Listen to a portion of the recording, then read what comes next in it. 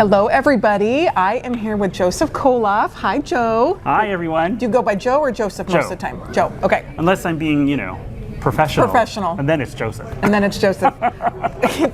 Well, I have known Joe for so many years, and I am so excited for us to meet in person. Me too. I'm so glad we did this. I really am.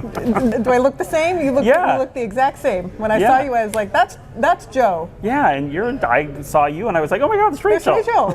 It's really fun to meet your doll people that you know from the internet in person. Yeah. And I truly believe that internet friendships are as real as real friendships. They're real friendships. Agree. And it also, even if you're friends with people from, say, back home and you live far away, it's the best way to keep in touch with them. Yeah. Absolutely. So I have Facebook to thank, and Joe is also part of a wonderful doll club. The abbreviation is BAD, and it stands for Bay Area Doll Divas and Divos. I love that. Yeah, I love that. 3 Ds. I love that. Yeah. I had said once that I thought it would be fun if your club slogan was looking good and acting bad. That would be a good one. It'd be good, right? But he's part of a wonderful club, and Joe has been a buddy of mine since the very beginning, and I think that Tonner brought us together. Yes. And right in the very beginning, I was new to the whole Tonner thing. When I put out Grace, it was my first time doing a Tonner doll ever. Right. And so you messaged me and you said, hey, is this for real? I did. Just checking this wasn't like a scam. And I said, no, it's for real. But then what did you do after that? You helped me. I did? Yeah, well, okay. I mean, you did help me because you helped me a lot with a lot of my questions. Oh, yeah. I didn't know a lot about anything about the Tonner world. Yeah, I started collecting Tonner, back in the 90s. I first started collecting Gene Marshall, which is Mel Odom's doll, and he was working through Ashton Drake at the time. And they had a big, years ago, like it feels like 100. There used to be this big doll show, toy show thing that actually happened here in San Francisco. I think it was called IDEX. Mm-hmm. Yeah, that sounds about right. And both Robert Tonner and Ashton Drake with Mel Odom were here, and my partner at the time and I went to IDEX and actually saw the dolls and I saw Tyler and I saw Gene. And the idea was he had big ideas and we were thinking about opening a doll shop ourselves. Yeah. We saw the IDEX, we never did that, of course, but I fell in love with both Tyler and Gene. And Gene was easier to get at the time, so I started doing Gene. And then a few years later, I fell in love with Tyler and Tonner, and just because he was doing all this great fashion. And I love fashion, and that's why I love fashion dolls, because it's easier to have a little mini fashion than to actually have the big dress. Oh, for sure. For sure. So that was how I got started. It's because, I stumbled upon this thing called IDEX. That's a wonderful way to start. And your journey with fashion and with dolls does go back a long time. You did go to fashion school. I did, here in San Francisco. I love that. So by the way, we are in San Francisco. We're actually at our hotel right now, my hotel, and we're doing this in the lobby, which is kind of perfect. So we apologize if there's any background music, noise. But we're gonna take you on an adventure. But you went to fashion school in San Francisco. Yes. And how did that go? It went really well. I enjoyed it. I went to City College of San Francisco, which is a community college. When I lived here, San Francisco has when I started, the tuition was only $20 a unit for residents. And since I lived in the city, I was able to pay $20. Now it's free for residents, which is amazing. Wow. And a lot of the same teachers also taught classes at the other high-end schools that were here at the time. So I got the same education from the same teachers just for a fraction of the cost. Well, that's fantastic. And Joseph has used his fashion history a lot with your collecting. A lot of what you buy and what you buy for your fashion dolls is informed by your love of fashion and what you're drawn to. Yes, it is. And movies. My love of fashion and movies. My favorite dolls are, of course, the White Christmas dolls that Robert did of Betty and Judy Haynes. Yes. And it's my favorite movie of all Christmas time. I mean, it's like that movie has to be watched, otherwise it's not Christmas. Right. And those dolls come out and have a pride of place in the house for the whole season. I do a whole setup for them. Oh, as they should. Those dolls are triumphs. And they also inspired me to make the white Christmas dresses from the Sisters number, which I took to the last Tonner convention in 2016 and won first place. Yep, won first place. We're going to put that picture in this video so you can see it because it is wonderful. And I love when you share that every year. Yeah. You should have won first place. It was so good. Yeah, I mean, That's it was good amazing. memories. And it almost didn't happen. What? The dresses almost didn't happen. Yeah. Because I had a meltdown. And oh, I'm sure. I was like, I can't do this. I get it. But you did. But I did it. You did, and you won, and that's so fun. And there's actually a beautiful story that goes along with how I got the dolls. Oh, tell me. Okay. So tell us. So we lived in New York. My partner is a general manager for a movie theater, and we were in New York at the time he was working for AMC, and that was the time when Robert had his store up in Kingston. And unbeknownst to me, he had gotten those dolls, and we went out to look at, now New York has, I think, the best holiday windows in the world. Even now, they Hands still down. do. Yep. And so we went out and looked at the holiday windows and came home and watched White Christmas. And then, like, at the end of the movie, he goes, "Oh, wait, there's something here." Because we had done Christmas already. We, went out and had dinner and did the presents, and he pulls out these 2 boxes and hands them to me, and I open them up, and it's Betty and Judy Haynes. Oh. I almost, I cried. Yeah, for sure. I mean, it was one of the best moments ever. It is. And opening up, I'm sure there's been many Tonner dolls after that. Those are probably the ones that you remember the most, and dolls in general. That one moment of the unboxing it's like life-changing. It was. I mean, and I saw them at the store, and I was like, oh my God. I mean, who knew? Right. And your partner's so sweet. He was really His sweet. partner's name is Joe, by the way. Yes. And he shares the same name as Grace Fitzpatrick. Fitzpatrick. Joe. Does he go by Joe too? Yeah, we're both So you're Joe. both Joe. I love that. Makes it easy. So easy to remember our names. Yes, but no, that's a lot of fun. So Joseph also brought an Elowin doll, and he also brought his coworkers, which we're going to show here in a minute. The coworkers have landed you in a newspaper. They did, in the Chronicle, San Francisco Chronicle. I love that. Yeah. So a lot of you are going to know Joe from his daily posts of his coworkers. So we'll go into that a little bit. But we did talk about what sparked your first interest in doll collecting, and then I think we also covered what your favorite piece is in your collection. That's probably those 2 dolls. Yeah, those are I think those are the 2 dolls. And followed up with the second tier is Maleficent. Oh, that Robert did. Oh my gosh. And the Evil Queen. So good. So good. Yeah, I have both of them too. I was just saying to Joe, aren't we so lucky to be living in the era of Robert Tonner? We are. I'm so happy to be. There are times when you think, I'm so happy I lived on this planet when this person existed. Yes. He's one. He's one of them. And he's become a friend. Yeah. I feel comfortable sending him a message. And I don't feel like, Right. He's going to look down on me, or he's going to think I'm silly for asking. Yeah, and the same with Mel Odom. I mean, I met him when I lived in New York. We've become friends, and it's kind of nice. Absolutely. Mel Odom is a treasure. He's an absolute treasure. Both him and Robert are. It's been nice I had a good experience meeting my heroes. Yeah. Because they say sometimes don't meet your heroes. These 2 men have really influenced me, and just, it's been really great doing that. And just knowing they're out there and what they did is a beacon of hope for all of us. It's just you can make dreams happen. You can. Yeah, I think so. Yeah, you absolutely can. And sometimes they change, and that's okay too. Your dreams? Yeah, for sure. Change. I mean, I've had, I thought at one point, I would love to work for Robert or love to make dolls, but I'm doing what I want to do, which is perfect. And when I sew and stuff and create an outfit for one of my dolls, that's what I want to do. And sometimes I make stuff for people and they pay me, and that's also something I want to do. Oh, yes. Do you take commissions? Sometimes. I know you're pretty busy with everything you're doing. Yes, but hopefully in November, that will be done. Well, yes. Well, Joseph does stay very, very, very busy. If you're new here, share with us about how it all started. And so this is how it all started. During the pandemic, I was working and we were sent home. One day they were like, okay, go home. I know, right? I grabbed my laptop and ran home and, got to work.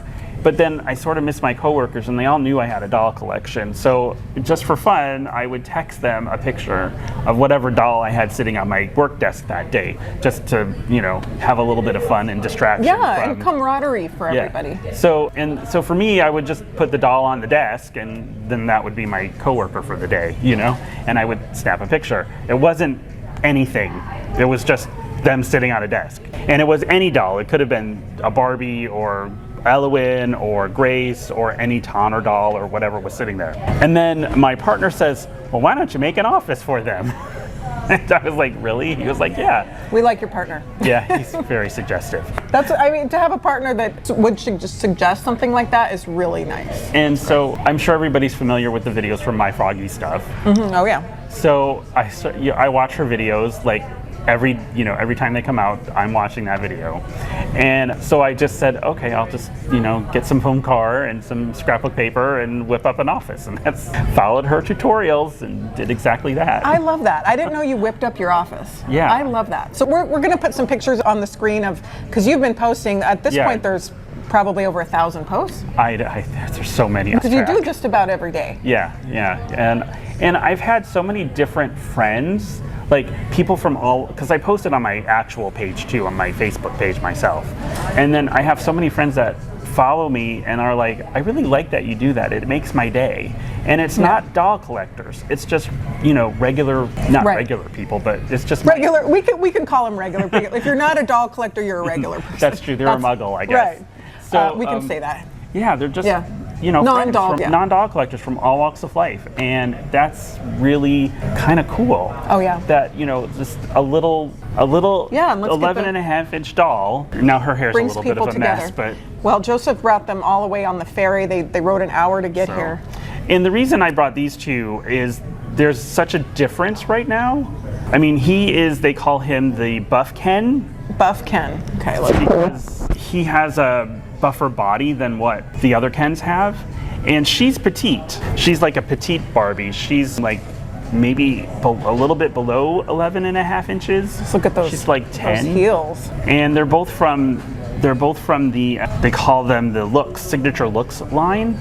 These were the color block dolls, and so they actually came in the same line. I changed his pants because he was wearing shorts, but yeah. So I can't believe how Mattel. I know they work in such volume and they have their own factories that they can actually put out something that is so affordable. Yeah. Sometimes I've seen Barbies that are new that are $20. Yeah, and they're about the same. They're like 20, 24 right now. That's wild. Yeah, and there's a whole line.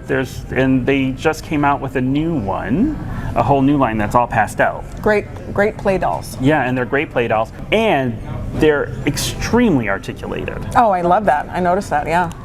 And that's they even have there's even a joint here that you can that's good. Twist their arm, and so they can do all kinds of different things, and that's what makes these guys fun. Oh, totally. And your Instagram has been very fun. I've enjoyed it immensely over the now you were in a newspaper, now you're on Virtual Doll Convention because you started that. So isn't it fun to see where things go? I think his stand is still there. Stand is still in there. But he stands really well on his own. Great hair. Yeah, and it's just they've say what you will about Mattel, sometimes they do well, sometimes they don't, they miss the mark a little bit, but they're trying. And these bodies, not everybody likes them, but for me they're perfect. Yeah, well that's what matters. And I understand. I mean, I'm not going to poo-poo anybody for saying, oh, I don't like that. I mean, they are a little awkward, the jointing, but for me that doesn't bother me. As a person that's putting out products myself, I know the intense scrutiny that they're under, which is a billion trillion times more than what I'm under, and it's still hard for me. Yeah. So when they put out something and everyone's pulling it apart, I want to say, do you have any idea how much they tried here? They really did. You don't have to love everything. No, and that's the thing. You don't have to love everything. You just have to love what you love. Exactly. And that's what I try to do that. Yeah. I have a philosophy: don't yuck anyone's yum. I love that.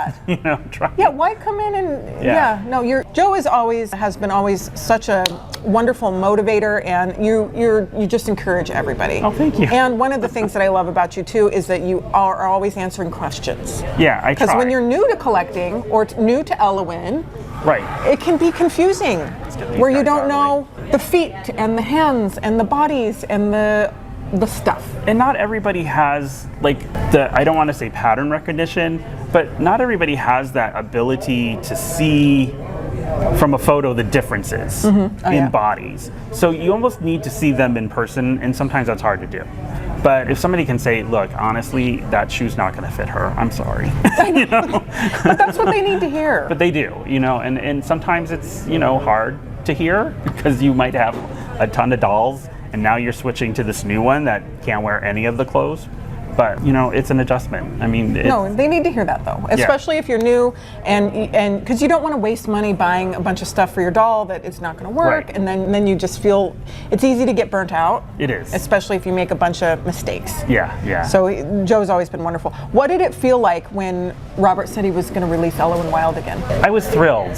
Actually, I love both Grace and Elowen. Grace, of course, has the sculpt, the Sydney sculpt, which I think is one of the most beautiful sculpts that he has ever done. And Elowen, she's so special. Partly because she's supposed to live in my adopted hometown. Elowen is from San Francisco. Yes, and I love that. And I love the fantasy that she lives up in one of the old Victorian homes on a hill, and and she's enjoys the fog and all of that. We love that about her. We can see. I think everyone can see a little piece of themselves in Elowen. And she inspires me. It's interesting. When he first came out with Elowen so many years ago. How long ago was that? It was about over 20. Yeah, she's been around. Wild Imagination had been around for a while. I just fell in love with her. And even with her, her original name was Gwendolyn. But now her grandma is Gwen, so we love that. Gwen. I love that. I love that he was able to use that name again. Yeah, me too. And I just remember seeing her on, I want to say it was on one of the doll magazines, and I can't remember which one now. Doll Reader? No, not Doll Reader. No, Doll Reader was, well, I don't think it was Doll Reader, but anyway, one of them. I saw that picture of her on the cover, and I just fell in love. Yeah. And she was so different and unique at the time, and I love his inspirations for her. If I remember correctly, and he may correct me because I'm just a collector. I think one of his inspirations were BJDs at the time because they were starting to come out and become a thing here. Oh, I think so. Because of the big head and all that. And the big head. Yeah. But she had a romantic look about her, which is what I love. And when I learned that she was coming out again, and I learned that you were bringing her out, I was thrilled. I am thrilled too. It was such a game changer also for our little doll shop that it was just such a fun direction to go. This is the first basic. Yeah. The baby doll basic. I think that was in 2019, 2020? Which year was that? I think it was in 2020. So here we were in the middle of the pandemic also releasing Ella and Wild. It was I think it was 2021 actually. But we needed her. Yeah, we all did. I'm really happy she's back. Yeah. Robert too. He's having a blast. Yeah. I love his designs, and she can do so many different things. Yeah. And wear so many different things, which I love. She can be modern, she can be retro, she can be historical if she wants. So I love that about her. I love that about her too. I have a little tidbit about her fashion that has to do with San Francisco. So we know right now she's traveling the world in her subscription, but her last stop is San Francisco. Yay! So because after that she's gonna spend a year at home in her Victorian apartment. Well, she'll need it. Yeah, she'll need to relax for an entire year. Yeah, after traveling for a year. I get that. I do too, and Elowen will definitely need it. Yeah, she will, and so we're coming up with some really fun outfits that you would wear at home. Oh yay! Hosting and all the things that you would do if you lived in a fabulous Victorian house on a hill. A house on a hill. Shrouded in fog. Shrouded in fog. I know, I love that. I love that. It's just very dark. Like we can sit there on the brightest, loveliest day and be lighting our candles and just drinking our tea and be wrought with ennui. Totally. And eat some strawberries and cream. And cream and lavender, wasn't it lavender cream? Yeah, I think it was lavender cream. I think that's her thing. I love that. So Joe has been just a wonderful collector to have in our world. Oops, she's fallen down. And another wonderful thing about Joe is that he is a wonderful scrapbooker. So we're gonna start a new video and talk about your scrapbooking, which you brought. Yay! You brought wonderful scrapbooks. Thank you. That we are excited to see and to chat about your journey with that. That's Thanks. a whole nother art. So It is. catch us in part 2. See you in part 2. Bye.